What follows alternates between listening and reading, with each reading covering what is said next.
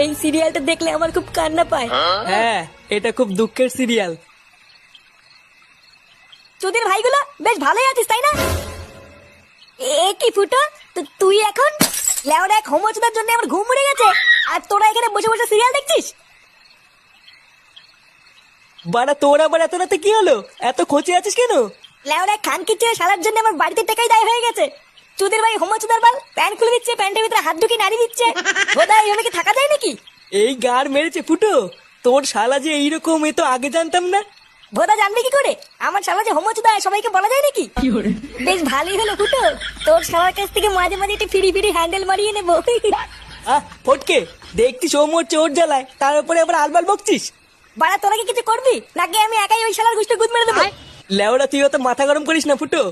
দাঁড়া, কাল সকালটা হোক, আমাকে একটু ভাবতে দে কি করা যায়, তারপর তো শালার ব্যবস্থা করছি।